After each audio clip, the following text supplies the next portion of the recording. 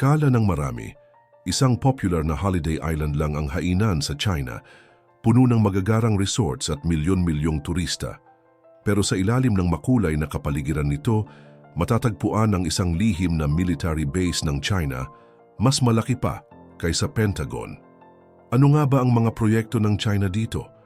Alamin ang mga nakakagulat na sikreto ng isla at paano ito konektado sa kanilang mga ambisyosong plano. Pero bago tayo magsimula, baka pwede nyo pa-like ang video na ito dahil napakalaking bagay na ito sa aming mga content creators. Maraming salamat po. Habang lumalakas ang tensyon sa pagitan ng China at ng United States, pati na rin sa mga bansa sa Timog Silangang Asya, ang Hainan ay nagiging sentro ng isang mahahalagang proyekto ng Chinese military, ang pagtatayo ng mga base militar na may layuning palakasin ang kanilang naval forces. Sa kabila ng mga malalaking hotel at mga resort, may mga lihim na operasyon na isinasagawa sa isla, isang sitwasyon na hindi alam ng karamihan, pati na rin ng mga turista na dumadayo upang magbakasyon. Noong 2024, ang isla ng Hainan ay nakatanggap ng humigit kumulang 97.2 milyong turista. Sa mga hotel nito, mga magagandang tanawin at mga pambansang parke, walang kaalaman ang mga bisita na malapit lamang sa kanilang kinalalagyan ay isang malawak at malalim na proyekto ng militar ng China. Sa likod ng mga naglalakihang bundok at resort, isang malawak na military facility ang itinatayo. Ang Hainan ay hindi lamang isang isla ng pahingahan, kundi isang pangunahing bahagi ng estratehiya ng China upang palakasin ang kanilang puwersa sa dagat at palawakin ang kanilang impluensya sa rehiyon ng South China Sea. Ayon sa mga eksperto, ang Hainan ay may napakahalagang posisyon sa geopolitical na mapa ng China. Matapos ang ilang taon ng mga nag-leak na satellite images, ipinakita ng mga ito na ang isla ay nagsisilbing base para sa mga makabagong submarino at missile systems ng China. Isang halimbawa na nagpapatibay dito ay ang pagkakatuklas ng isang malaking missile site na matatagpuan lamang 50 talampakan mula sa isang kilalang holiday resort.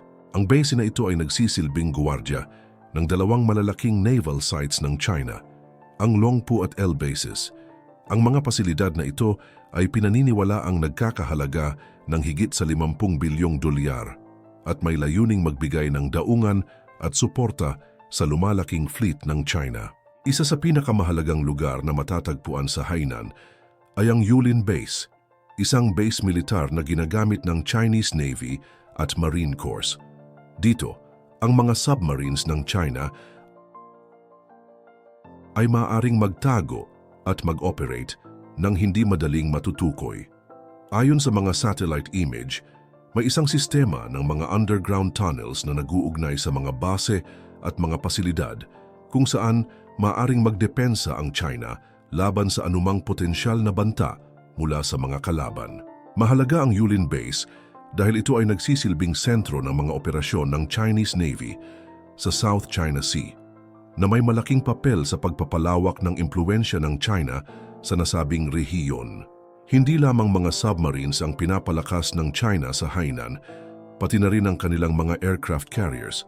Sa ilalim ng bundok ng Yulin, may mga pasilidad para sa pagpapanatili at pagpapabilis ng pagpapalakas ng mga barkong pandigma ng China.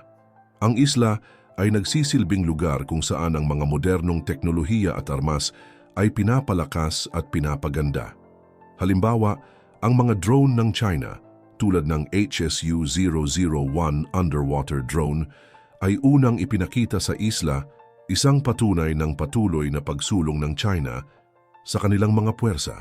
Ang layunin ng mga military bases sa Hainan ay hindi lamang upang protektahan ang teritoryo ng China, kundi upang magbigay daan sa mas mabilis na aksyon ng kanilang mga puwersa sa South China Sea. Ang South China Sea ay isang strategic na rehiyon na mayaman sa mga natural na yaman at may mahalagang papel sa kalakalan at global na ekonomiya. Kung magtatagumpay ang China sa pagpapalakas ng kanilang presensya sa rehiyong ito, magkakaroon sila ng mas malaking kontrol sa mga sea lanes at mga isla sa paligid ng South China Sea na tinatangkilik ng mga bansang tulad ng Pilipinas, Vietnam at Malaysia. Sa mga nagdaang taon, ang mga satellite images mula sa mga pribadong ahensya ay nagpakita ng patuloy na pagpapalawak ng mga pasilidad ng China sa Hainan. Ayon sa mga eksperto, may mga bagong pier na itinatayo upang magsilbing daungan para sa kanilang mga submarino. Pati na rin ang mga bagong missile at warships. Ang mga pasilidad na ito ay magbibigay daan upang mas mabilis na mailipat ang mga armas at kagamitan mula sa isang base patungo sa iba pang bahagi ng Hainan. Isa sa mga hindi kilalang aspeto ng mga pagbabago sa Hainan ay ang paggamit ng isang sistema ng railway na nag-uugnay sa mga pasilidad sa isla. Ayon sa mga eksperto, ginagamit ang railway system upang mabilis na mailipat ang mga warheads at missiles sa pagitan ng dalawang naval bases sa isla. Ang bilis ng paggalaw ng mga armas at kagamitan ay mahalaga para sa mabilisang paghahanda sa isang posibleng digmaan. Ang pagpapalakas ng Navy ng China ay isang bahagi ng kanilang malawak na plano upang makipagsabayan sa Estados Unidos sa larangan ng militar. Sa kasalukuyan, ang China ay may higit sa 370 barko na siyang pinakamalaki sa buong mundo. Tinatayang aabot pa sa 435 barko ang kanilang Navy sa taong 2030. Ang mga barkong ito ay hindi lamang ginagamit para sa depensa, kundi para rin sa pagpapalawak ng kanilang kapangyarihan sa buong mundo. Kabilang dito ang kanilang mga nuclear-powered submarines na may kakayahang magsagawa ng mga strikes gamit ang mga ballistic missiles. Isa sa mga pangunahing layunin ng mga proyekto sa Hainan ay upang magsilbing base ng mga submarino na may kakayahang mag-carry ng mga nuclear warheads. Ang mga submarinong ito ay maaaring mag-operate nang hindi madaling matutukoy ng kanilang mga kalaban. Ang Hainan ay nagsisilbing isang lugar kung saan ang mga modernong teknolohiya ng China ay ipinapakita at pinapalakas upang magbigay ng kapangyarihan sa kanilang puwersa sa dagat. Ang mga pagbabago sa Hainan ay hindi lamang nakatago sa mata ng mga turista, kundi pati na rin sa mga eksperto sa militar. Ayon sa mga report mula sa Pentagon, may mga submarine na may nuclear warheads na nag-ooperate mula sa Hainan. Ang mga submarine na ito ay maaring mabilis na mag-deploy at maglunsad ng mga missile sa mga target sa malalayong lugar, kabilang na ang mga silangang bahagi ng Estados Unidos.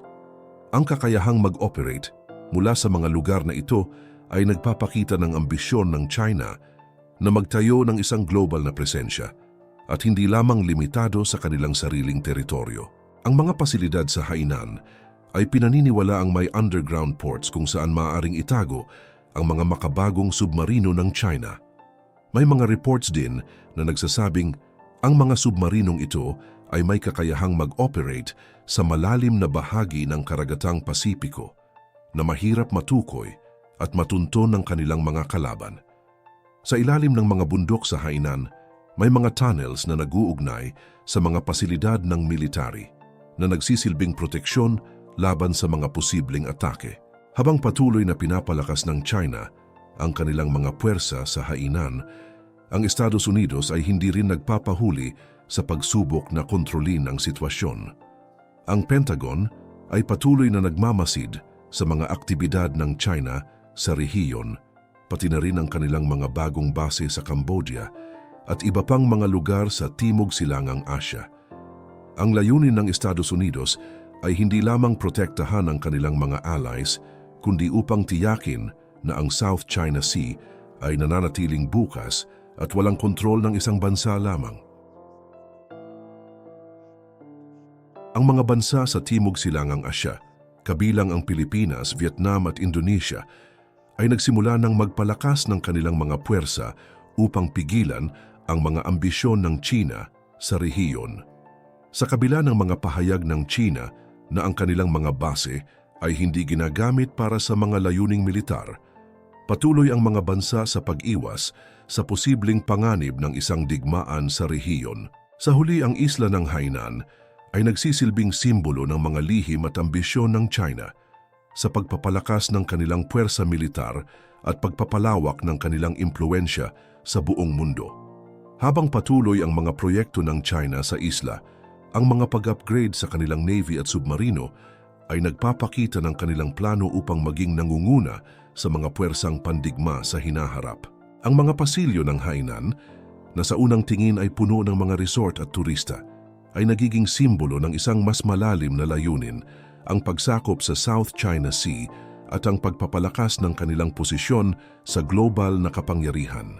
Sa kabila ng mga pagbabago sa isla, ang tanong ay kung paano ito makakaapekto sa mga bansa sa paligid, pati na rin sa mga makakabanggang bansa tulad ng Estados Unidos at ang mga kasamahan nito.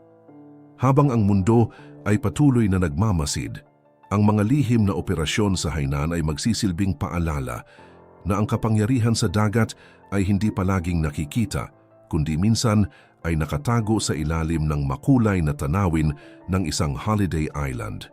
Kaalam, naniniwala ka bang na maitim na balak ang China? Makokontrol kaya ng Estados Unidos ang mga maiitim na planong ito? Kung ikaw ay may opinyon o karagdagang kaalaman tungkol dito, huwag kalimutang mag-like at mag-subscribe sa aming channel. Tiyakin ding abangan ang mga susunod na videos para sa mas malalim na pagtalakay sa mga ganitong issue. Ito ang inyong kaalam na nagsasabing, knowledge has a beginning but no end.